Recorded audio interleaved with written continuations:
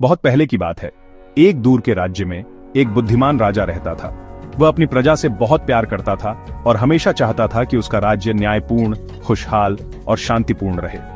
उसके 4 मुख्यमंत्री थे, तेज, ईमानदार और दूरदर्शी।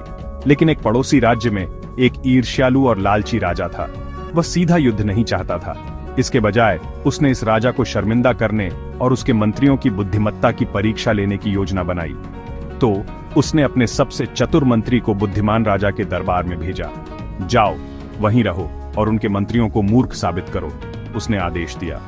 वह मंत्री भेष बदलकर राज्य को परेशान करने लगा और लगातार मुश्किल सवाल और पहेलियां पूछता रहा। एक दिन भेष बदलकर वह दरबार में दाखिल हुआ और घोषणा की, महाराज, मेरे 3 सवाल हैं। अगर आपके मंत्री जवाब नहीं दे पाए तो उन्हें अज्ञानी समझो।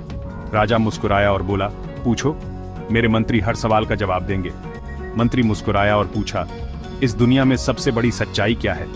राजा के बिना कौन शासन कर सकता है? सबसे कीमती चीज क्या है जिसे देखा नहीं जा सकता लेकिन हर किसी को उसकी जरूरत है? पहला मंत्री खड़ा हुआ और बोला, इस दुनिया की सबसे बड़ी सच्चाई मृत्यु है। कोई इससे बच नहीं सकता।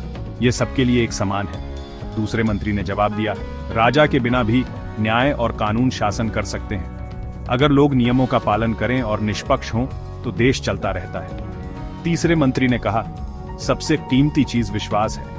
आप इसे देख नहीं सकते लेकिन हर रिश्ते, हर नियम, हर जीवन को इसकी सबसे ज्यादा जरूरत है।